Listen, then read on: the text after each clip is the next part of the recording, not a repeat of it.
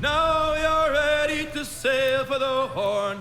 Way, roll and go. The anchor's on board and the cable's all scored.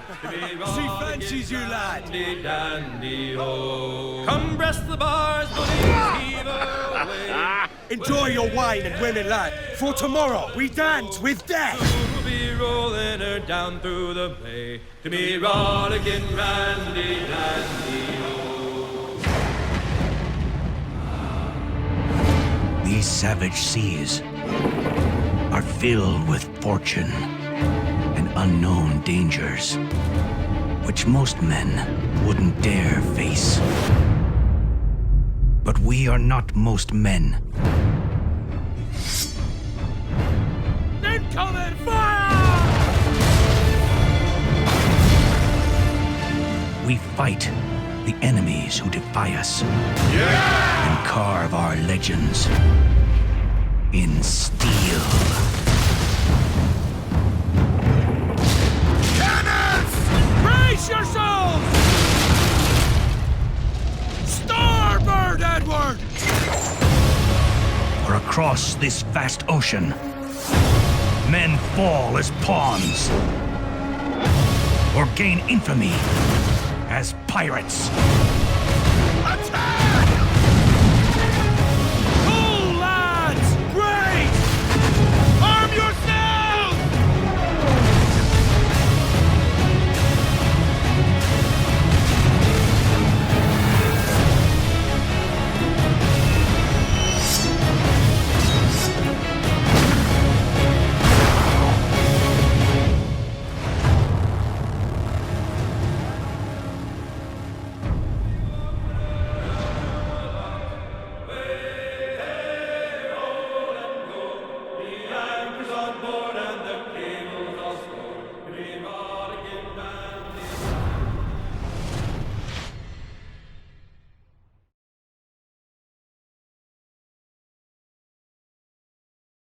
Create this huge Caribbean open world with lots of diversity. It's really the freshest world we've ever built.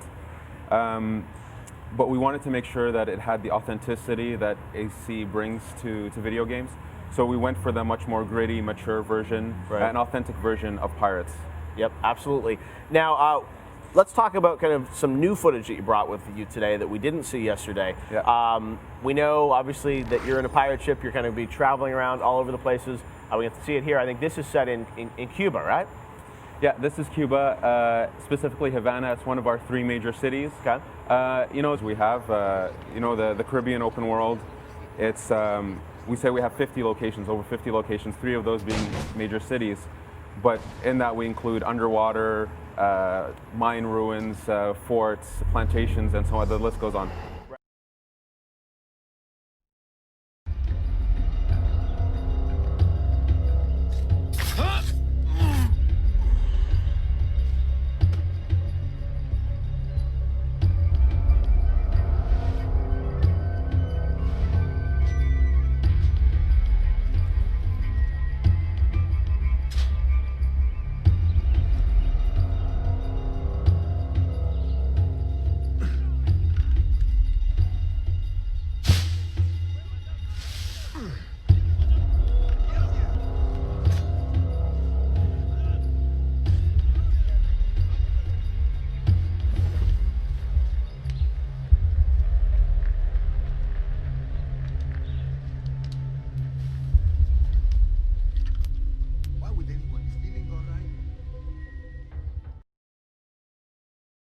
Hi, my name is Ashraf Ismail, Game Director of Assassin's Creed 4 Black Flag, and I'm very proud to be showing off the Caribbean open world.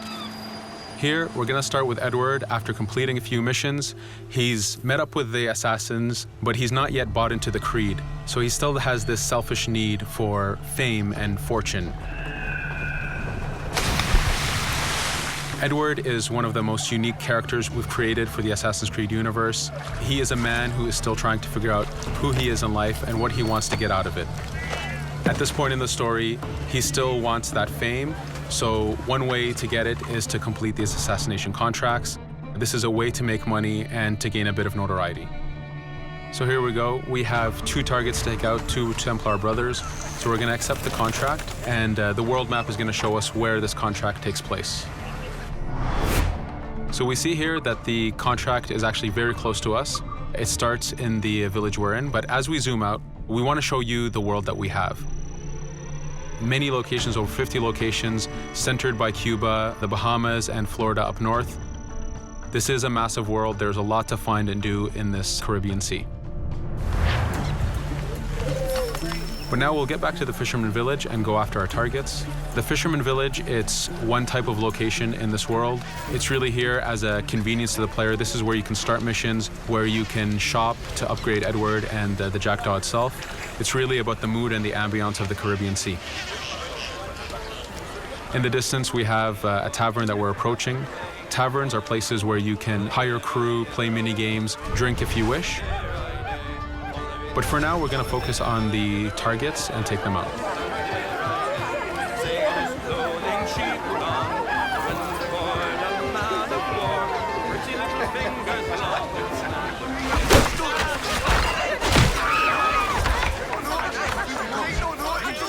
Now that we've taken out one brother, the other one's going to bolt. Just like classic ACs, we can chase him down and take him out that way, but there's many ways to complete this contract. We can use the new free aim system to shoot him this way, to eliminate him that way. We can jump onto the ship and take him out with his crew, but instead we're going to let him escape into the sea and follow him with the Jackdaw. This is your ship. This is the second main character of the game. You're going to have to customize and upgrade the ship as you go on this journey with Edward.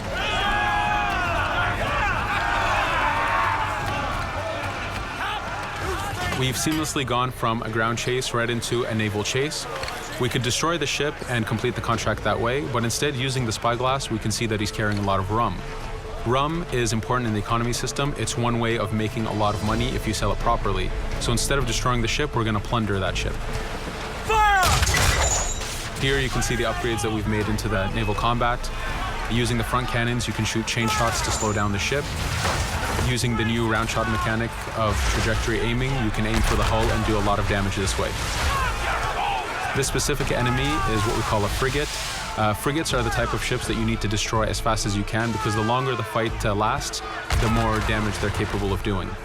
We have other enemy types like the Charger or the Man of War.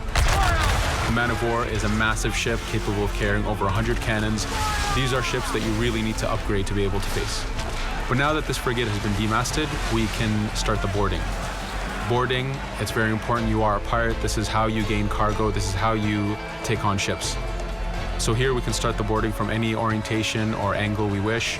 The distance even matters. If you get too close, the 2 crews will just jump right into each other. If you start a bit further, you can jump in the water and go in for a sneak stealth attack. We have 2 objectives to accomplish for this boarding. We can take out the captain, and we need to take out some of his crew. So using the swivel gun, we will efficiently take out a lot of the crew. And now we'll go for the captain using Edward's navigation abilities. Here, again, using the new free aim system, we have a dangerous enemy on the other side taking out our crew. We can easily take him out with a headshot. So what we see here is that 2 ships have come together to create this 3D environment where, using your assassin abilities to navigate, to be stealthy, you can take the advantage and get the kill by surprise. Now that we've taken out the captain, we still need to take out a few of the crew members to complete this boarding. Now that we've plundered the ship, we're going to gain that rum that we saw earlier, but we're also going to gain ammo and crew members and some gold. With every boarding, there's 3 options that you can do with that ship. You can gain crew members, you can send the ship to your fleet if you wish, or you can salvage a ship to repair the Jackdaw if you took too much damage in the fight. In this case, since we did well, we're going to send the ship to our fleet.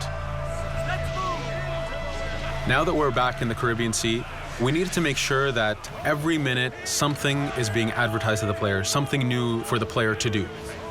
In this case, we have this uncharted location. These are what we call playas. We have over 75 of these in the Caribbean world. Every playa has something very important for the player to find, something that will help in upgrading Edward or the Jackdaw. So it's in your advantage to explore these locations.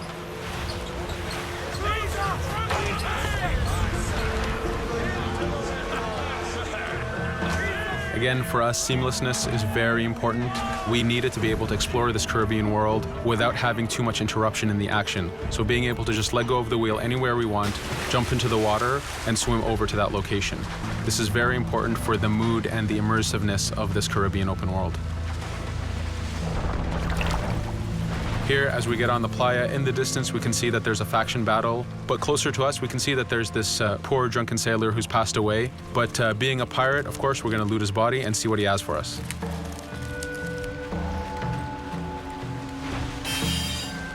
So we found a treasure map. This treasure map is asking us to go to an island called Misteriosa. Every time you find one of these, you know that you're going to find a treasure that is linked to the progression of the Jackdaw or Edward, so they are very valuable. Here we're going to take a look at that faction battle. We have a British ship facing off against a Spanish ship. We could jump in and take advantage of this opportunity, allowing each ship to weaken the other and for us to plunder both. But now we're going to make our way back to the Jackdaw. Again, this is the second main character of the game. There's a lot of customization and a lot of upgrading to do on the Jackdaw.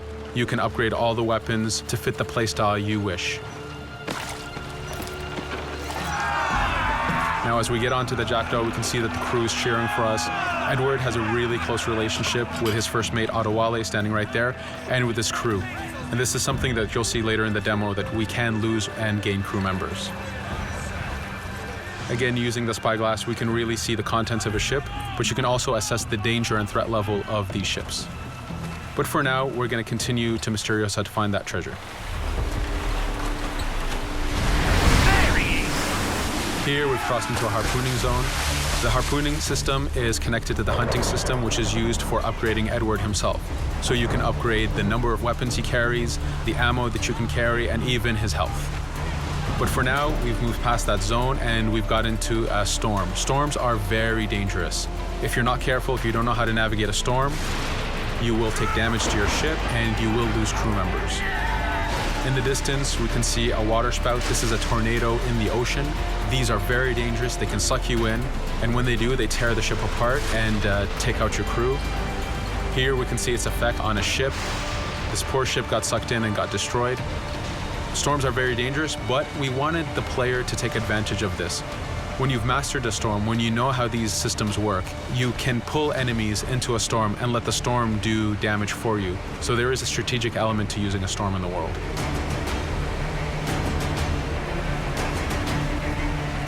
Here we can see that the storm is dying down a bit, but there's still this torrential downpour. It was very important for us to get the real mood of and atmosphere of the Caribbean in the weather cycles and in the daytime cycles.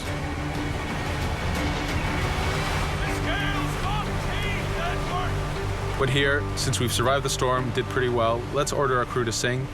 Sea shanties are a part of this game. It's a collectible that you can find in the world. So the more you find, the bigger playlist you have for your crew. But for now, we've made it to Misteriosa. So again, we're going to seamlessly get off our ship and explore this location.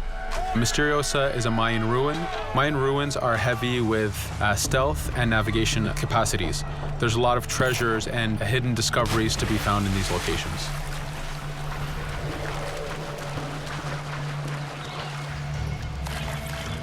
If we recall the treasure map, the treasure is hidden behind a temple.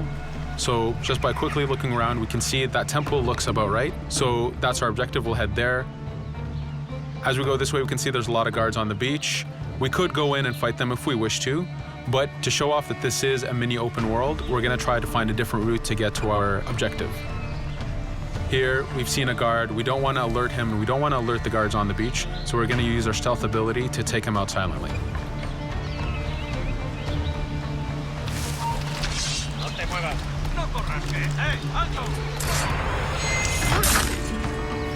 With AC3, we were able to push the navigation in the frontier, which means using natural environments like trees and rocks and so on. Mayan ruins are the perfect place where we mix man-made structures and these natural environments. So you really get to feel how far the navigation abilities of the assassin have come since the original game. In the distance there, we can see another part of the island being blocked off by a patrol of guards. We're going to avoid it for now and go for that treasure.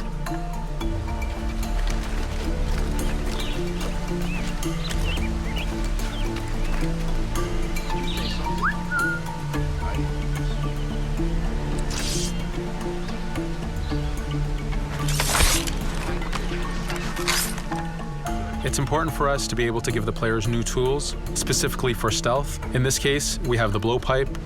Using the berserk darts, you make your enemies go crazy. Effectively, this means that they'll attack anything and everything in sight, including their own friends, animals, or Edward if he was in the way. So you do have to be careful with how you use it.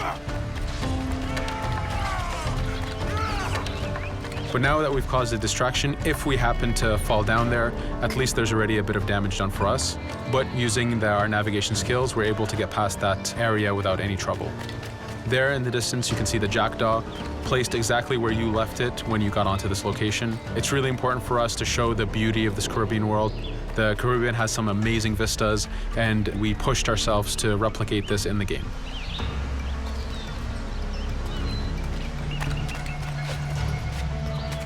As we continue forward, we can see in the distance there's a couple prisoners that are taken hostage. This is a scenario that you need to use stealth. If you're detected by those guards, they will kill the hostages. So in this case, it's to your advantage to use the environment to figure out how you can take out those guards without being detected. In this case, it's 2 guards, so it's not too hard. There are other scenarios where you have more guards and you have to figure out how you can take all of them out at the same time. Now that we've freed these prisoners, they are more than happy to join our crew. This is just one way of gaining crew members. As mentioned earlier, there's the taverns. There's actually many different setups of gaining crew.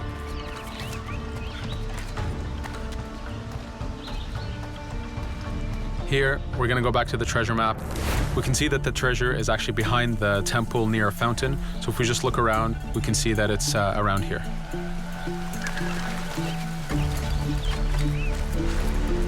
Now that we've found the treasure, what we've actually found is a blueprint.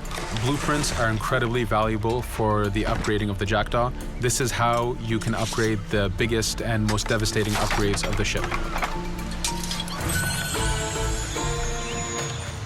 So here we're approaching a reach high point. Just like classic ACs, synchronizing with a reach high point reveals the contents of a location and the map itself. But as an added feature, because this game world is so huge, there are many different locations, this also becomes a fast travel point. So now you can, by synchronizing, now you can come back here anytime you wish to collect those treasures that we passed up a bit earlier. Here we've reached the end of the demo. This was a tease of the open world that we have. We're very excited to be able to show off this game and to let you play it very soon. Thank you for joining us.